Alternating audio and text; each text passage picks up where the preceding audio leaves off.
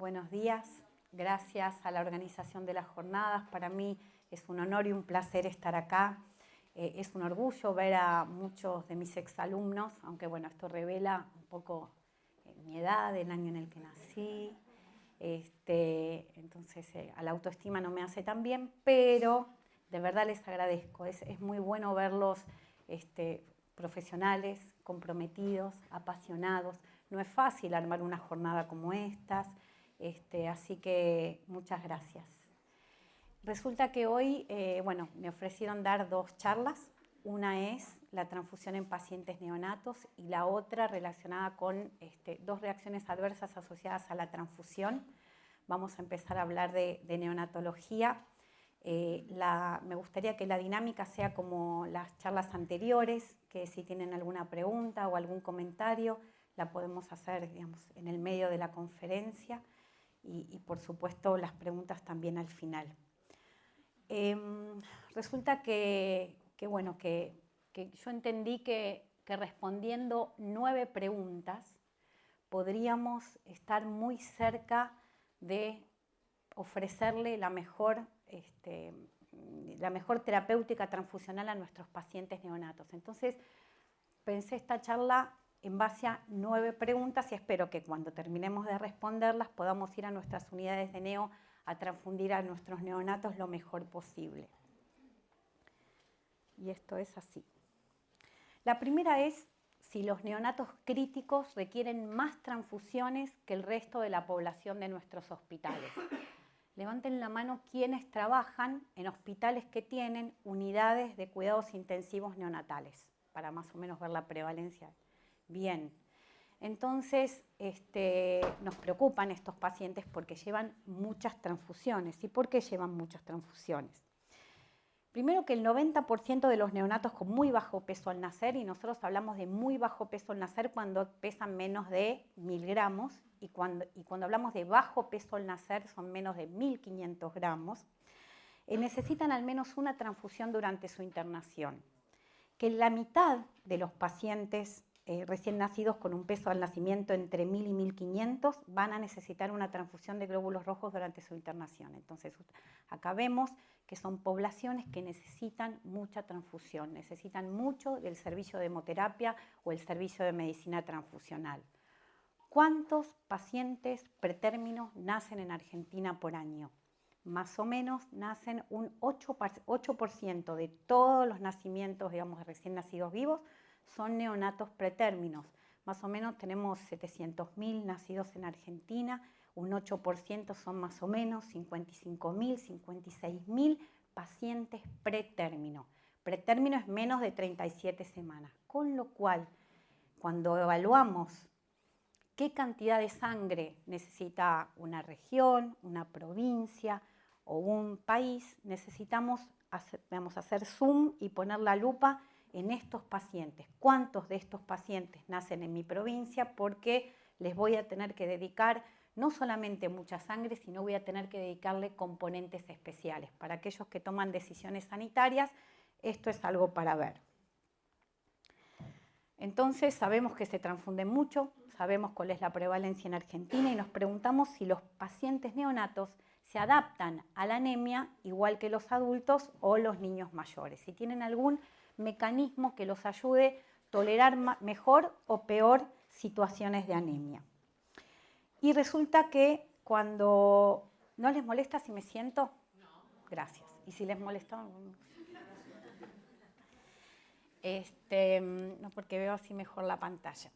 Resulta que cuando un ser humano se somete a una situación de anemia, sobre todo a una anemia aguda, ¿no? una pérdida aguda, lo que hacemos es tratar de adaptarnos para poder compensar esa falta de oxígeno, sobre todo en órganos clave.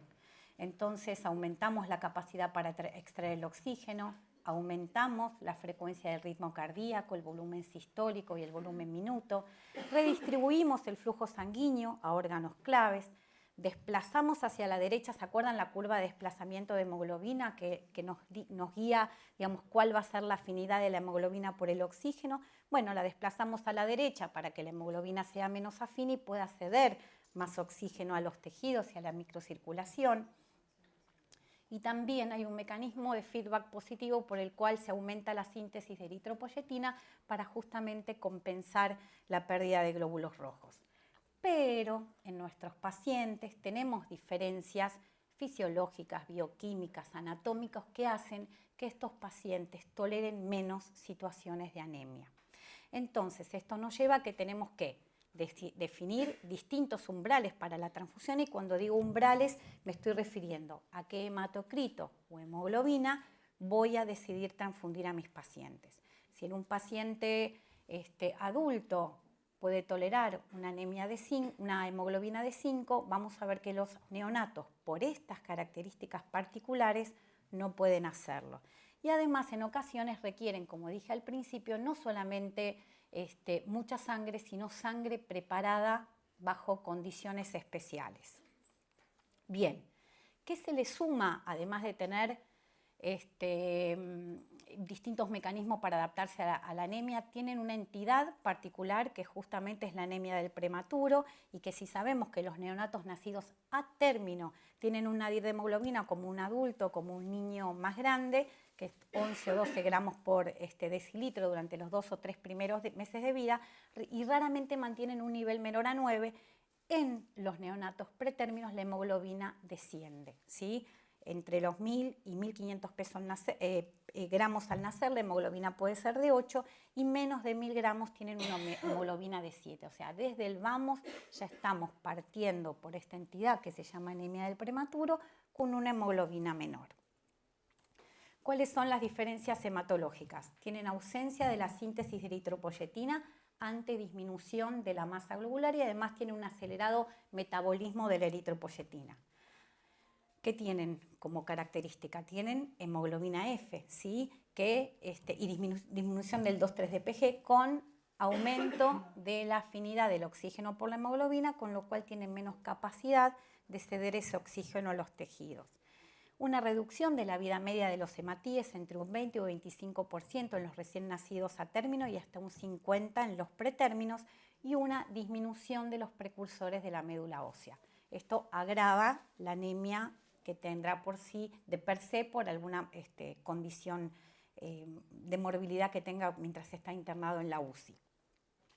No solamente tienen diferencias hematológicas, también tienen diferencias en el tejido miocárdico, porque los que trabajan en las NEO saben que los pacientes están a su máxima capacidad basal. O sea, no tienen capacidad de aumentar mucho ni su gasto cardíaco ni su frecuencia cardíaca, porque tienen justamente mayor gasto cardíaco, mayor frecuencia cardíaca, mayor consumo de oxígeno y aumento de la descompensación ante las deprivaciones de oxígeno. El tercer factor es un factor externo, es un factor que les ponemos nosotros, que le imprimimos nosotros, porque son pacientes sumamente complejos, son pacientes muy intervenidos que necesariamente necesitamos de las extracciones de sangre para guiar las decisiones, ¿no? Y estas extracciones nosotros las llamamos pérdidas iatrogénicas. Y este es un cuadro que ya tiene muchos años, pero en donde podemos comparar cuál es el impacto de la pérdida iatrogénica, es decir, la extracción de sangre para estudios complementarios en un neonato y en un adulto. Y tiene básicamente que ver con la volemia. Entonces, en este trabajo, si ven la primera columna, que es la gris, si un neonato tiene una volemia entre 40 y 320 mililitros, un adulto, bueno, más de 3.500 a 5.000, con un hematocrito muy parecido. Este trabajo había cuantificado que las pérdidas por flebotomía en las primeras 24 horas eran de 3 a 10 mililitros en niños y de 12 a 28 mililitros en adultos. Y entonces, que en los niños internados en una semana en UCI se llegaba hasta un 50% de la extracción de su volemia, ¿sí? Entonces, cuando uno le va a decir, bueno, ¿qué hacemos? Y lo que podemos hacer es, en lo posible, usar métodos no invasivos para cuantificar algunas cuestiones que necesitamos, o vamos a hacer un uso muy apropiado de los estudios de laboratorio, porque si bien en los adultos es importante y los que hacen terapia de adulto también lo tienen en cuenta, en los niños neonatos es mucho más. Y este trabajo vino a contarnos que En 99 neonatos prematuros que tenían una pérdida iatrogénica entre 0,5 a 39 mililitros por kilo en la primera semana de vida, lo habían transfundido con 33,3. ¿Qué estaban haciendo? Transfundiendo las compensaciones de las pérdidas iatrogénicas. Como que esto es un cuadro que nos da una trompa y nos dice, miren lo que están haciendo. Entonces, ¿cuál sería nuestra principal meta, ¿no? Que son medidas efectivas para transfusiones apropiadas. Lo primero que tenemos que hacer, porque son neonatos que no se adaptan bien a la anemia, porque además tienen mucha pérdida iatrogénica, es poner en marcha estrategias diagnósticas y terapéuticas que limiten las extracciones de sangre con una fuerte recomendación. A veces van a ver que en algunas diapositivas dicen 1C, 1B, 1C, 1D, 1A, 1B, 1C, y tiene que ver con de dónde salen los datos para tomar decisiones, ¿no? ¿Se acuerdan las famosas guías de práctica clínica? Los mejores datos son aquellos que podemos extraer de metaanálisis o de ensayos clínicos aleatorizados y controlados, y eso es lo que va guiando, digamos, las decisiones. Lamentablemente, por un tema ético, por un tema poblacional, en neonatos hay muchos ensayos clínicos aleatorizados que son los trabajos científicos más robustos, en los que puedo confiar más, en los que puedo pensar que ese resultado, digamos, depende de la condición o de la terapéutica que aplico en el paciente y no de otras cuestiones. Digamos, son los trabajos que tienen menor cantidad de sesgo, ¿sí? Esto es para que un poco entendamos que siempre es bueno tomar decisiones basadas en la evidencia, pero muchas veces no contamos con esta herramienta y son decisiones basadas en los trabajos que tenemos. Bien, entonces vimos que se adapta un poquito la anemia, que llevan muchas transfusiones, y la otra pregunta es, ¿les va a ir mejor a nuestros pacientes si los transfundimos con un hematocrito más alto que si los dejamos con un hematocrito más bajo? ¿Y por qué siempre pensamos esto y ponemos esto en la balanza como cuando ponemos en marcha cualquier acción terapéutica, de una droga, de una intervención o lo que fuere? Porque uno siempre cuando está frente a un paciente lo que hace es sopesar riesgo versus beneficio, porque sabemos que las transfusiones no son inocuas y que por más que haya habido un montón de avances científicos y tecnológicos, aún no tenemos el riesgo cero, ¿sí? Como no lo tenemos con una anfotericina, como no lo tenemos con una aspirina, ¿sí? Pero esta población es de mucho más cuidado. ¿Por qué? Porque la expectativa de vida es enorme y porque no sabemos si la intervención que le estamos haciendo en sus primeros días o meses de vida va a tener un impacto en su vida adulta. Y cuando digo impacto en la vida adulta, obviamente son las infecciones, pero también son las otras cuestiones que no medimos, que es por ejemplo la aloinmunización. Digamos, todavía no está completamente dilucidado los temas de inmunomodulación por, digamos, encontrarse ante un tejido extraño. Y ustedes me dicen, bueno, pero quizá no es tan riesgoso, porque los neonatos en realidad sabemos que tienen una depresión inmunológica que quizá los hacen ser menos reactivos ante estímulos externos. Pero la verdad que no lo sabemos porque eso no está medido, no está cuantificado. Sería buenísimo tener un estudio enorme, digamos, de seguimiento de neonatos transfundidos, ¿no? Para poder ver el impacto que pasó con ellos. ¿Qué, Rocío? No, decilo. Me dice Rodrigo, eso tenés que hacer y le digo, ¿y cómo? Y bueno, a los 30, digamos, cuando tengas 80, los vas a buscar a la casa. A mí no me da el tiempo, pero bueno, quizá. Bueno, resulta que ante esta pregunta, era esto lo que hablamos recién, ¿no? Pero hay que sopesar cuál es la capacidad de ese neonato a adaptarse a la anemia y qué riesgo de vida conlleva no transfundirlo versus el riesgo de las transfusiones, tanto inmunológicas como no inmunológicas, infecciosas y no infecciosas. Bien. Bueno, lamentablemente, como les dije, no hay muchos trabajos que guíen nuestras decisiones. Hay solo 3 estudios publicados, hay 2 que se están llevando a cabo ahora y que son mucho más importantes, pero en todos los estudios lo que ven es por supuesto, cómo le va al paciente. Se enferma más, se enferma menos, se interna más días, se interna menos, se muere más, se muere menos, y cosas específicas que tienen que ver con patologías inherentes al neonato, que son el riesgo de hemorragia intraventricular, ¿sí? La enterocolitis necrotizante, la retinopatía del prematuro, digamos, entidades específicas de nuestros pacientes. Hubo una revisión sistemática que hace, junta todos los ECAs, que son ensayos clínicos aleatorizados y controlados, y tiene la ventaja de darnos una idea más amplia del problema, porque el N, ¿sí? O sea, la cantidad de pacientes que están incluidos es más grande, con lo cual la potencia estadística es más confiable.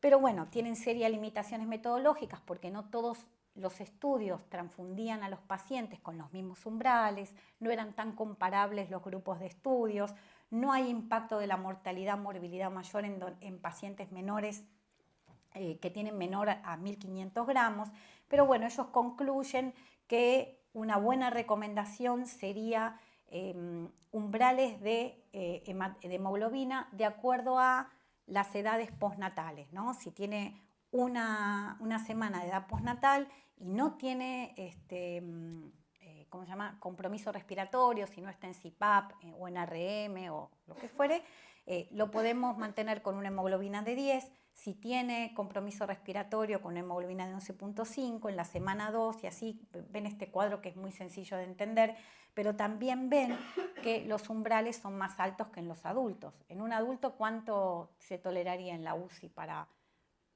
está bien, así, como un umbral de receta, ¿no? Nosotros sabemos que estas recomendaciones nos ayudan a tomar decisiones, pero no las pueden tomar por nosotros, porque cuando uno ve a un paciente lo tiene que ver en su contexto, ¿no? Pero a ver el doctor Cabezas qué dice. Depende. Pero tenías que usar el micrófono, era el punto 2 de Rocío.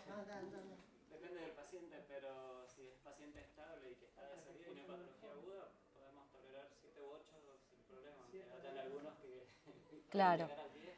Un paciente estable, sin coagulopatía, sin otra comorbilidad que digamos, predisponga al sangrado, puede tolerarse en la terapia con una hemoglobina de 7. Acá vemos que el umbral es un poco más alto.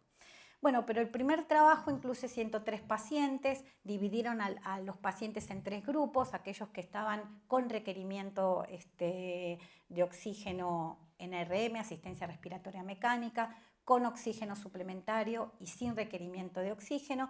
Transfundieron a los pacientes a 2 umbrales, eran pacientes muy bajo peso, digamos extremadamente bajo peso, de 500 a 1.300 gramos, y no vieron diferencias significativas en la mortalidad o en la estadía de RM cuando transfundían a 2 umbrales. Como ven, los umbrales son 11.3 versus 15.3, 9.3 versus 12.7, 7.3 versus 6.7. Hay mucha diferencia, ¿no?, entre los umbrales de hemoglobina, y aún con esta diferencia dijeron, ok, entonces los podemos transfundir menos porque no les pasa nada grave.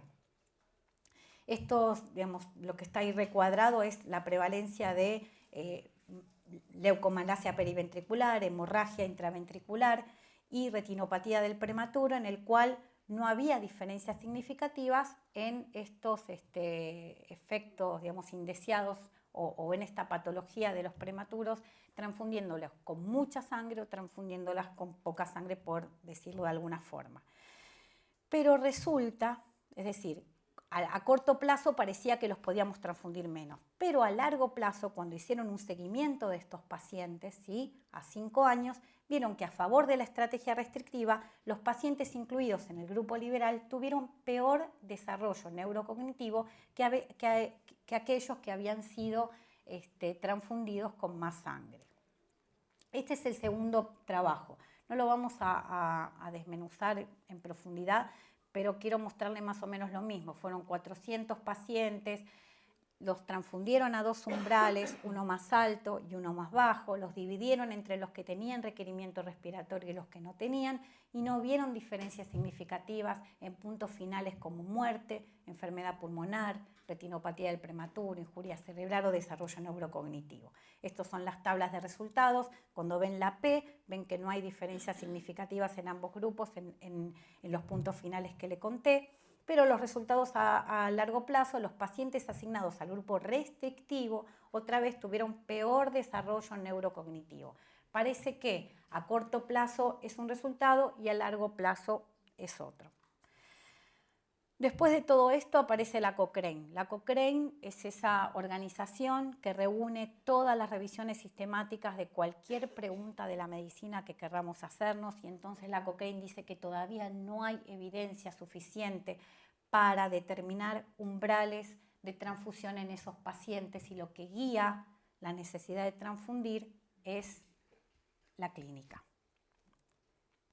Pero se están llevando a cabo, como le dije, dos trabajos, todavía no tenemos resultados, son muchos pacientes y cuando se publiquen probablemente tengamos una guía mejor.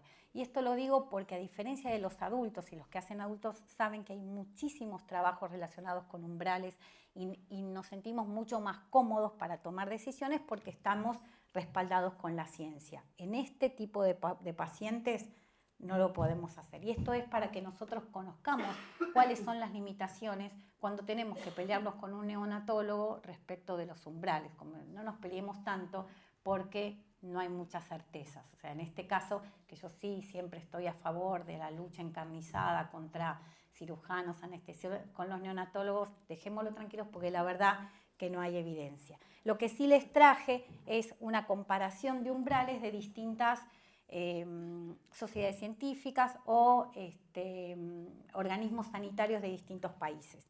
El primero es Inglaterra, el segundo es la American Red Cross, o sea, es Estados Unidos, el tercero es Australia y el cuarto es Canadá. Son países bastante serios que tienen organismos de evaluación de tecnologías sanitarias, entonces podemos confiar, digamos, bastante en los que los dicen. Como ven, los umbrales son mucho más altos que para los adultos.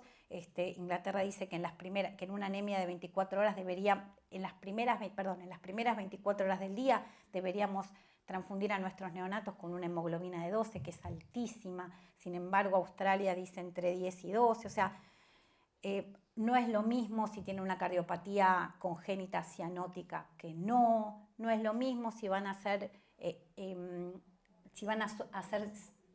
someterse a una cirugía cardiovascular con bomba que no, digamos. Hay que por supuesto tengan una coagulopatía, una CID, son pacientes que son muy complejos, ¿no? Y que no solamente reciben transfusiones, sino un montón de intervenciones que hacen que estén muy susceptibles a la anemia. Pero todavía no sabemos si es mejor dejarlos un poco anémicos o mejor transfundirlos. Lo que sí sabemos, pero porque lo sabemos todos, es que la hemoglobina sola no define, que define el gasto cardíaco, que define la presión parcial de oxígeno. La hemoglobina es solo un dato para tener en cuenta.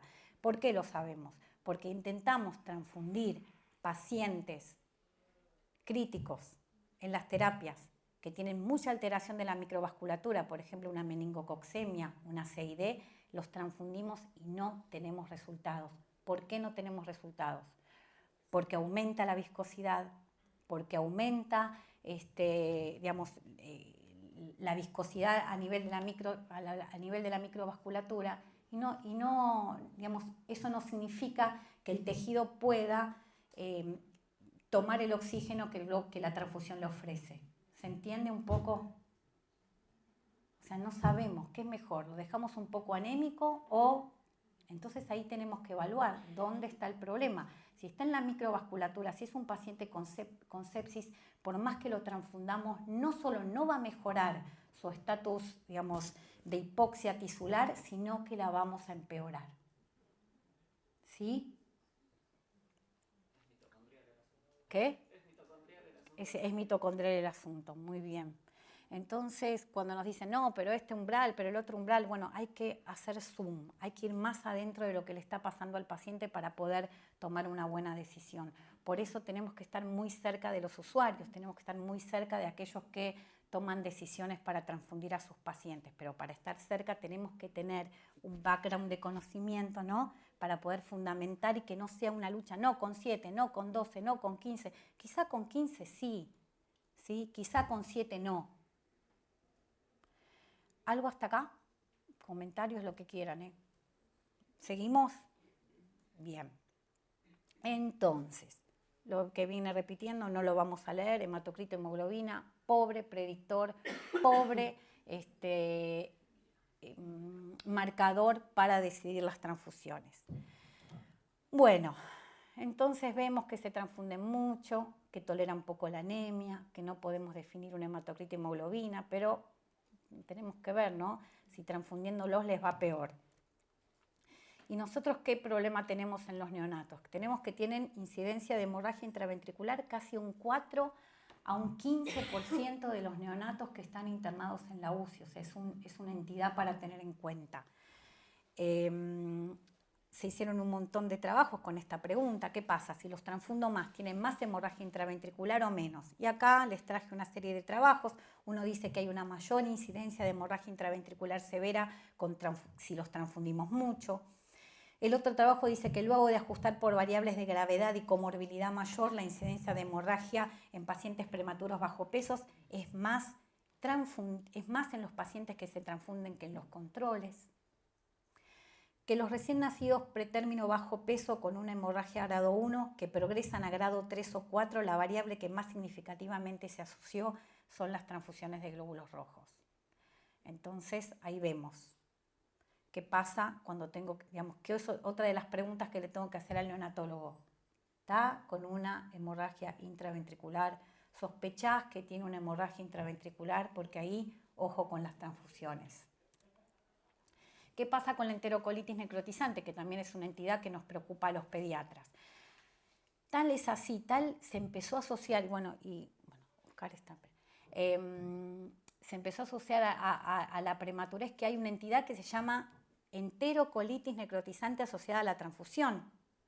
Porque ustedes saben que la microvasculatura del intestino, digamos, es muy particular, que es muy sensible tanto a la hipoxia como a esta sobrecarga de volumen, que esta entidad ocurre dentro de las primeras 48 horas del acto transfusional, que la incidencia de enterocolitis necrotizante es de un 20 a un 35% de todas las enterocolitis necrotizantes, que hay un metaanálisis de estudios observacionales que reportó que las transfusiones están asociadas a un doble de riesgo para enterocolitis necrotizantes. Y hay otro que traje que compara la prevalencia en 6 unidades de terapia intensiva neonatal y que vio que las terapias que transfundían más, ajustadas por otras covariables, son las que tenían más prevalencia de enterocolitis necrotizante. Se están haciendo muchos trabajos que también están relacionados con ¿puedo transfundir inmediatamente después de alimentar? O sea, transfusión. ¿Tiene algún efecto o algún impacto mayor que, digamos, el intestino mientras se está alimentando y transfundiendo respecto a enterocolitis necrotizante? Bueno, ahí no voy a spoilear, pero probablemente el año que viene salga un buen trabajo, digamos, es un ECA muy grande que nos va a hablar si realmente hay que suspender la alimentación y transfundir, suspender la alimentación 6 horas y después transfundir. Por ahora no sabemos. Sí, alerta. ¿Sí? Bien. Bueno, estos son mecanismos de enterocolitis que no vamos a ver. Bien, los tenemos que transfundir con cuidado. ¿A qué dosis transfundimos a nuestros neonatos? El volumen óptimo de una transfusión es a 10 a 20 mililitros por kilo, demostrando que el límite superior de 25 está aceptable y nosotros cuando a partir de ahora hablemos de transfusión de grandes volúmenes es de 25 mililitros kilo o más, ¿sí? Entonces, ¿a quiénes los transfundimos con más de 25 mililitros kilo? Pacientes con bomba de circulación extracorpórea, transfusiones masivas, exsanguinotransfusión, ¿sí? Entonces, la tasa también es la estándar 5 mililitros por kilo por hora. Muy poquito, son pacientes muy pequeños. Pero otra vez, ¿qué tengo que evaluar? Si tiene insuficiencia cardíaca, cómo es el gasto cardíaco, si tiene insuficiencia renal, si además está sangrando. Esto es trazar una línea de base, pero no aplica para todas las situaciones. ¿Les suena esta pregunta? Fresquita, fresquita. Sí, ¿no? Y bueno, y es una demanda y es una preocupación que tenemos nosotros, pero que también tienen la más fresca. Pero también tienen los neonatólogos, los pediatras.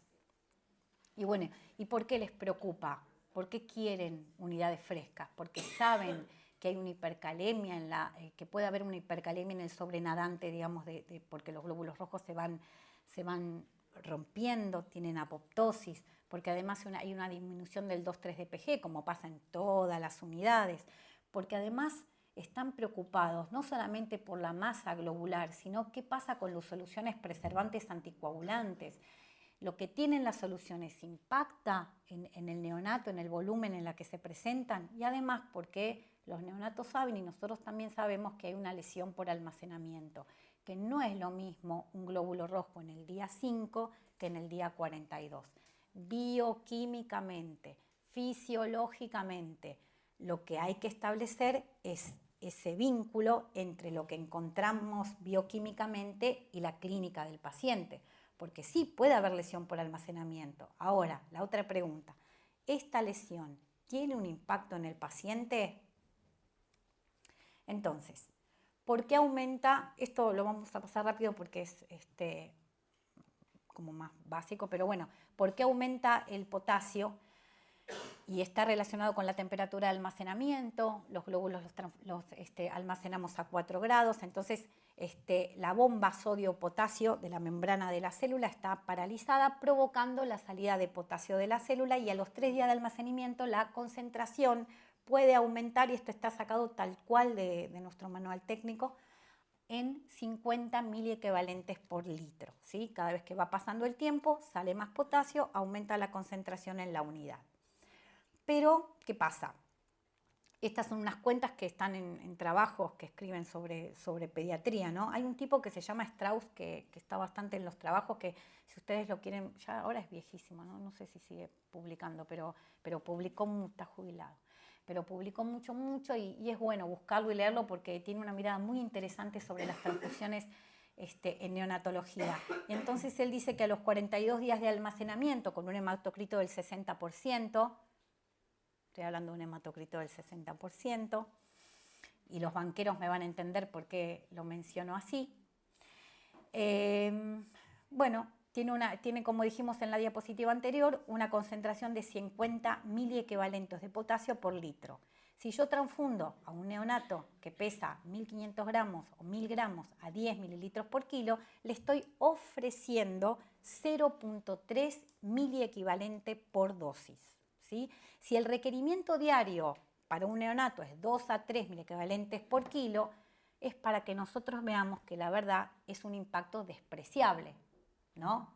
Pero vos decís, bueno, despreciable en todas las situaciones, no, porque el paciente puede tener hipercalemia por otras cuestiones, puede estar en fallo renal, digamos, esto es para que nosotros sepamos a qué estamos sometiendo a un paciente cuando lo transfundimos, y además para que tengamos argumentos cuando nos vamos a plantar frente a los neonatólogos. Ahora, ¿es lo mismo si está irradiada que si no está irradiada? No, dramáticamente distinto. Es un trabajo viejísimo donde ven que una unidad ya a los 2 días de irradiada tiene 72 miliequivalentes por litro la concentración de potasio dentro de la unidad.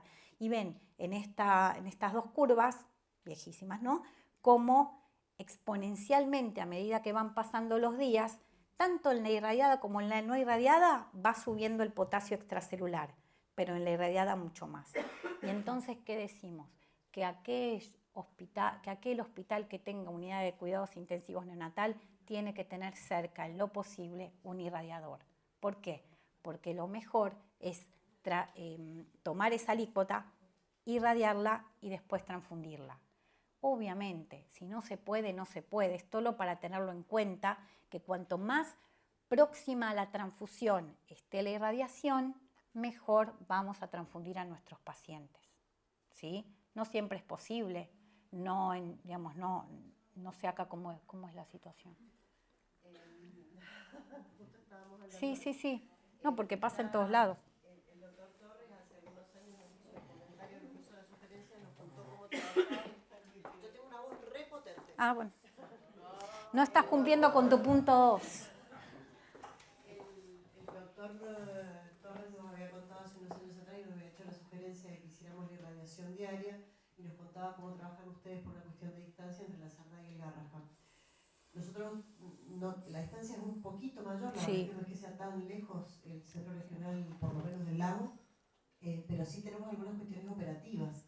El fin de semana el centro regional no tiene personal para la irradiación, tiene una guardia mínima.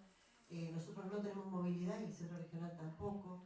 Así que la verdad es que irradiamos tan frecuentemente como se puede, muchas veces cada 2 o 3 días. Perfecto. Pero está muy bien, porque vos eso no es problema. Vos el viernes... Me siento mejor con mi conciencia. No, sí, no, pero no es problema. Vos el viernes te planificás un inventario de seropositivo o seronegativo, alicuotado, mandás a irradiar 10 alícuotos o lo que vos pensás que podés usar y bueno, y las tenés. Eso no es problema. El problema grande es en centros grandes en donde el irradiador no existe. Entonces, ¿qué alternativa hay? Se pueden usar las bombas de cobalto de los hospitales que tienen radioterapia y la verdad que sí hay mucha evidencia, pero hay que validarlo para las unidades de sangre, ¿sí? Y la segunda cosa que hacemos es nosotros irradiamos unidades enteras, o sea, el centro regional envía las unidades enteras irradiadas y nosotros dividimos, y esto fue una propuesta de una de las técnicas del hospital, hacer las alícuotas en el hospital con conector y sellador externo. Perfecto. Y bueno, pero igual va a estar irradiado del mismo momento. Eso sí. Si vos estás en la semana, te conviene mandar esa alícuota, irradiarla y volver. Perfecto. Bien, seguimos. Entonces, respecto a esto que estuvimos hablando del potasio, digamos, hay que tenerlo muy en cuenta cuando transfundimos grandes volúmenes, cirugías cardiovasculares, exsanguino, transfusión masiva y tratar de transfundir lo más cerca de la irradiación.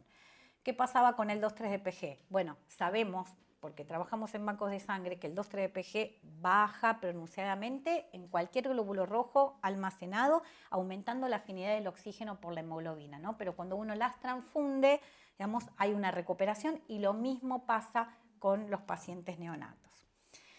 ¿Qué pasa con las soluciones aditivas, con el manitol o con las soluciones anticoagulantes preservantes y estos niños? Entonces este mismo señor Strauss hizo un cuadro que a mí me encanta, que le recomiendo que le saquen una foto. Bueno, igual yo ya dejé la presentación, la tiene Pedro, así que cualquier cosa el doctor Ruiz tiene la presentación, porque acá es buenísimo esto porque nos habla de cuál es la dosis, cuál podría ser la dosis tóxica para un neonato, ¿sí? Por ejemplo, de cloruro de sodio, 137 miligramos por kilo por día. ¿Qué le estamos ofreciendo? 42, sí, digamos, con determinada solución aditiva, 7,5 con 8. Miren el manitol. La dosis tóxica, pero otra vez más, bueno, sí, la dosis tóxica en un paciente que no tiene insuficiencia renal.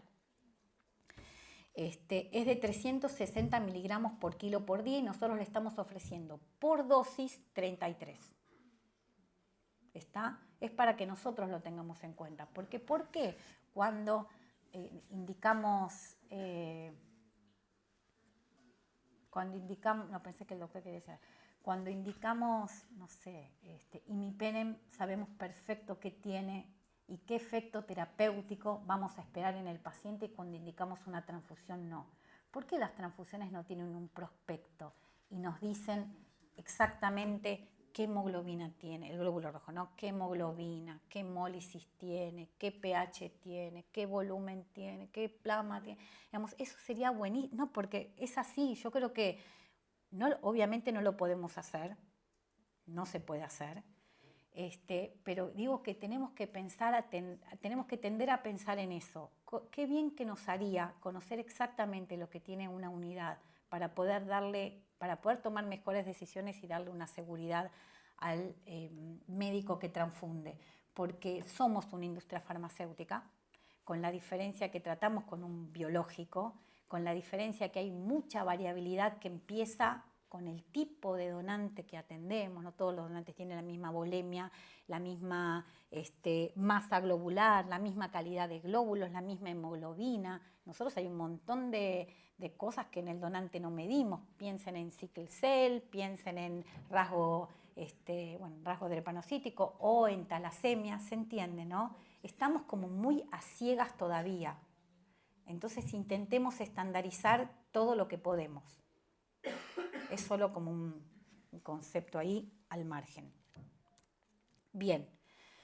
Y respecto a esta preocupación del manitol, porque antes ¿no, Oscar? Todo el mundo estaba muy preocupado. Oscar está con el WhatsApp, con el Candy Crush.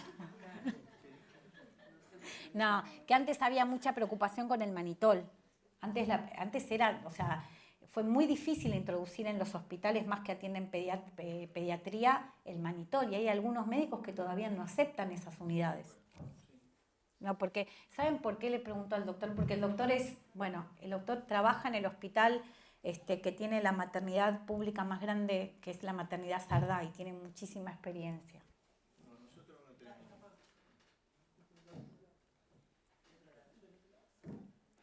Hola. No le tenemos miedo al manitol. Definitivamente lo usamos de rutina. Las unidades nuestras son leucorreducidas, todas, y todas están conservadas en manitol. Bien. Lo que sí tenemos como precaución cuando vamos a exsanguinar, siempre tenemos el manitol. Bien. Pero para las pequeñas alícuotas, o sea, para las alícuotas claro. no tenemos. Porque es grande volumen. Exactamente. Porque es un gran volumen. Es la transfusión masiva. Claro, gracias. Y entonces, en estos siete trabajos, evaluaron que el manitol y las soluciones preservantes y anticoagulantes eran seguras tanto en la toxicidad aguda como en la acumulativa con transfusiones de pequeños volúmenes. Y estos son los trabajos. ¿Y por qué hablamos de pequeños volúmenes? Porque es lo que dijo Rocío recién. Cuando uno puede tener un conector estéril, lo que hacen son alícuotas, nos podemos hacer alícuotas para transfundir esa unidad hasta los 42 días, ¿sí? Porque si uno abre el circuito, uno está perdiendo unidades, porque sabe que un circuito abierto son solo 24 horas. Esto es en los lugares en donde se puede hacer. Por eso la recomendación, pero recomendación sanitaria, es que la alta complejidad esté toda concentrada. Porque ¿cómo voy a tener, digamos, un irradiador por cada ciudad de 45.000 personas? Digamos, ¿cómo voy a tener un conector estéril en cada banco de sangre que transfunde 3 veces por año a un neonato? Un servicio de medicina transfusional, digo. Entonces, esto va en función de centralizar la alta complejidad para darle la mejor calidad de atención posible. Pero bueno, en este cuadro ven cómo un paciente transfundido 5 o 6 veces, o sea, 5 o 6 eventos transfusionales lo expusieron a 1 o 2 donantes. 6 eventos transfusionales lo exponen a 2 donantes, ¿no? Entonces acá tienen muchas transfusiones con muy baja exposición a donantes. ¿Por qué nos sirve esto? Como les dije antes, primero para optimizar el uso de esa unidad de sangre de glóbulos rojos entera, ¿sí? Para no tener que descartarla porque abrimos el circuito. Pero la segunda es disminuir la exposición a los donantes. Disminuye, por un lado, la probabilidad de transmisión de infecciones, digamos, transmisibles por transfusión, y por el otro lado, la probabilidad de aloinmunización. A cuanto más exposición, digamos, someta a un paciente adulto pediátrico, más probabilidad de aloinmunización y otras complicaciones tengo. Entonces, no parecería ser un problema las soluciones anticoagulantes preservantes y usar la unidad hasta que venza, que justamente es esto, la lesión por almacenamiento. Hay un solo trabajo, pero fue buenísimo porque incorporó casi 400 niños prematuros de menos de 1.250 gramos, entonces aleatorizaron, dividieron 2 grupos. Algunos le daban glóbulos rojos con edades menores o iguales a 7 días y el otro a el almacenamiento estándar hasta el día 42. El grupo de sangre fresca, el promedio de la edad de la sangre era de 5 días y en el estándar de 46.6, que si ustedes me dicen es la única limitación, porque no transfundieron unidades de más de 14, ¿dice 46? Perdón. de más de 14 días. O sea, tenemos evidencia que por lo menos hasta el día 14 las unidades son iguales seguras, no aumenta la mortalidad, no aumenta la morbilidad ni otras complicaciones.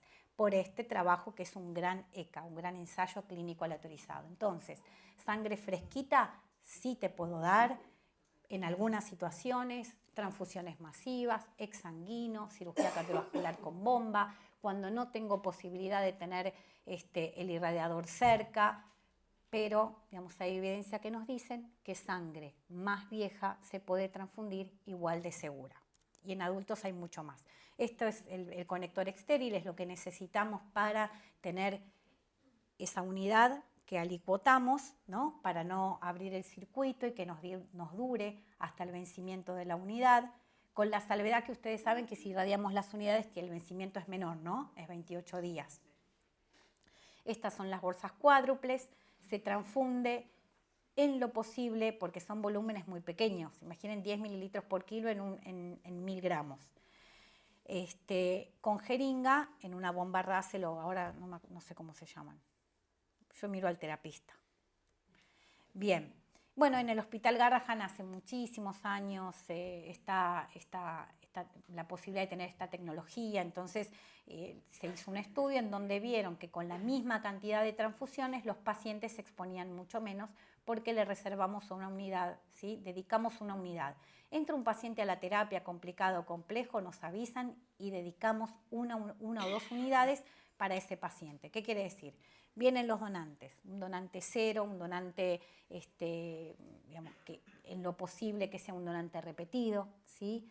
Porque ya les digo, nosotros tenemos que cuidar mucho a esta población porque a largo plazo no sabemos qué puede pasar y la expectativa de vida con las nuevas tecnologías es cada vez mayor. Entonces intentamos donantes premium, donantes que si es posible le hagamos todo el fenotipo, ya sabemos que no son inmunológicamente competentes, pero de todas formas lo hacemos así. Entonces tenemos reservadas unidades cero, alicuotadas, ¿sí? Por medio del conector estéril y a medida que nos van pidiendo le vamos dando. Para eso necesitamos una comunicación muy estrecha con neonatología, para que nos cuenten. Bueno, este paciente se transfundió dos veces, falleció, nosotros volvemos a reservar, a dedicar esa unidad a otro paciente, porque es muy probable también que una unidad la compartan entre varios pacientes, ¿sí? Pero para eso es, digamos, un seguimiento bastante estrecho y una comunicación importante con neo, para hacer un uso óptimo de las unidades y no descartar por vencimiento innecesariamente. Lo que nos preocupa como evento de hemorragia severa es la mortalidad por el sangrado intraventricular. Entonces los tenemos que cuidar. Tampoco, hay 2 estudios, creo 3 estudios. comparó qué pasaba si los transfundíamos con un umbral de 150 o de 50, ¿sí? De 150.000 o 50.000 en la primera semana de vida, y la verdad que no había diferencias en transfundirlas con un umbral enorme o esperar a que tuvieran 50.000. Este es el segundo estudio, es una cohorte prospectiva, son todas cohortes más o menos. Algunos los dejaban con 30.000, otros los dejaban con 50.000 y no había habido diferencias significativas en morbilidad o mortalidad en ambos grupos. Pero en noviembre de 2018 publicaron este trabajo, seguramente conocen esta revista, es indexada, es muy reconocida, es el New England Journal, digamos, publica tanto de niños como de adultos, y apareció este multicéntrico que es muy valioso, que incluyó a 660 pacientes menores a 34 semanas, que tenían un peso medio de 740, muy bajo peso, y una edad media de 26.6 semanas. Ustedes saben que prematuros extremos es menos de 27 semanas. El grupo restrictivo los transfundían cuando las plaquetas llegaban a 25.000 y el grupo liberal con 50.000. Y ellos siguieron a los pacientes con distintos puntos finales, incluyendo la cantidad de transfusiones que recibían, las hemorragias, las morbilidades, las infecciones, hasta el día 28. Y acá están los resultados. Parece ser que la muerte o sangrado mayor hasta el día 28 fue mayor, o sea, 26% en el grupo que transfundían más, comparado con 19%, si ustedes me preguntan, estadísticamente significativo, y más o porque ahí tienen un OR de 1.5, pasa por el 1, no importa. Pero la cuestión es que que si bien puede no haber diferencia significativa, entonces ¿para qué vamos a transfundirlos más? ¿No? Si con 50.000 les va igual que con 25.000, uso menos plaquetas, los expongo menos y los transfundo a un umbral más bajo. Estos son los otros puntos finales. Cuando los transfundo con 50.000, por ejemplo, digamos, respecto de, busquemos algún punto final, sepsis, 54% en grupo restrictivo, 56% en grupo liberal. Retinopatía del prematuro, 10% en grupo restrictivo, 13% en grupo liberal. ¿Esto qué significa? ¿Que no vamos a transfundir a los pacientes? No, esto nos habla a nosotros de que si no los transfundimos hasta llegar a 25.000, no estamos haciendo mal. ¿Sí? Entonces, sí tengo que dar alguna recomendación. Y otra vez vuelvo a las primeras diapositivas. Ningún umbral ni de hematocrito, ni de hemoglobina, ni de plaquetas, ni de factores va a hacer que decidamos qué es lo mejor para el paciente, pero es una guía. Transfundiría a todos los neonatos sin sangrado activo que tengan menos de 25.000. Esperaría 50.000 a esos neonatos que tienen sangrado activo, coagulopatía asociada o están previo a entrar a una cirugía mayor. Y sería un poco más cauta con aquellos pacientes que tienen una CID o que se van a hacer una neurocirugía o que se van a hacer una cirugía de ojo. ¿Sí? Bien, vamos rápido al plasma. Y acá la verdad que mucho no tengo que decir y es alineado a lo que decía Oscar, algo hay que hacer. O sea, transfundo porque algo tengo que hacer, porque la situación me incomoda, porque no puedo no hacer nada, aún sabiendo que los estudios de coagulación en adultos, pero también en neonatos, son muy pocos predictores de sangrado. ¿No, Luis? Pasa eso, ¿no? Entonces, ¿cuándo nos piden plasma fresco congelado? Quizá a ustedes le pasan cuando están hipovolémicos, cuando tienen sangrado activo, cuando los estudios de la coagulación son anormales. Entonces, ¿qué transfundimos? ¿El QIC-KPTT o transfundimos un paciente?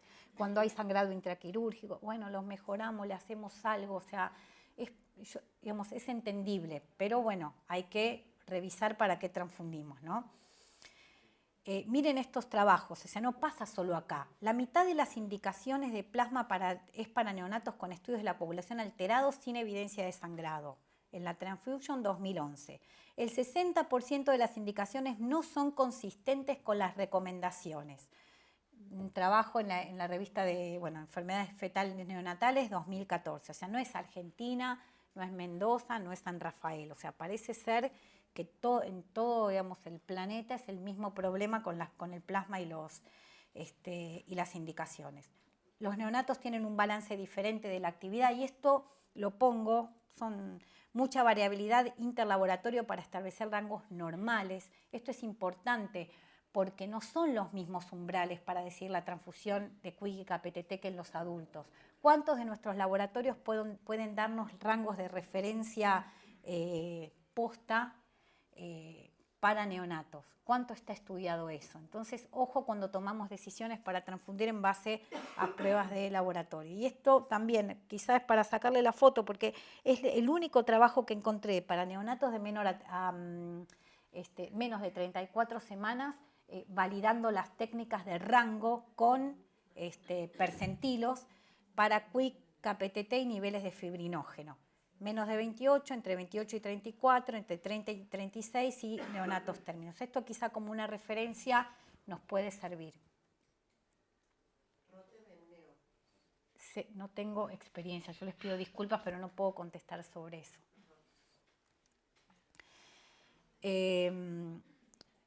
Transfusiones profilácticas. Miren esto. Un trabajo publicado en 2011 y otro en 2014, solo para que vean la magnitud del problema. O sea, estamos produciendo un componente, ofreciendo un componente, transfundiendo un componente del cual estamos como a ciegas, ¿no? No sabemos si sirve o si no sirve. Pensamos que fisiológicamente sirve, pero no hay evidencia. 42% de las transfusiones son profilácticas en Italia y 63% en Italia, es decir, las transfundimos por sí, ¿sí? No está probado el beneficio aún, bueno, todo lo que ya. La realización de estudios de coagulación de rutina aumenta el requerimiento de transfusiones, son imprecisos ante alteraciones leves o moderadas de la coagulación, por lo que decíamos antes, sacale para descubrir que el KPTT, entonces después transfundile, glóbulo rojo, después transfundile plasma, y así estamos en un loop infinito. Entonces, no hay evidencia que sostenga el uso de plasma para corregir los parámetros alterados de la coagulación sin presencia de sangrado. El plasma fresco podría ser beneficioso en pacientes con sangrado significativo o previo a procedimientos invasivos con alteraciones de las pruebas de la coagulación con parámetros para neonatos. Eso fue todo. Les agradezco mucho.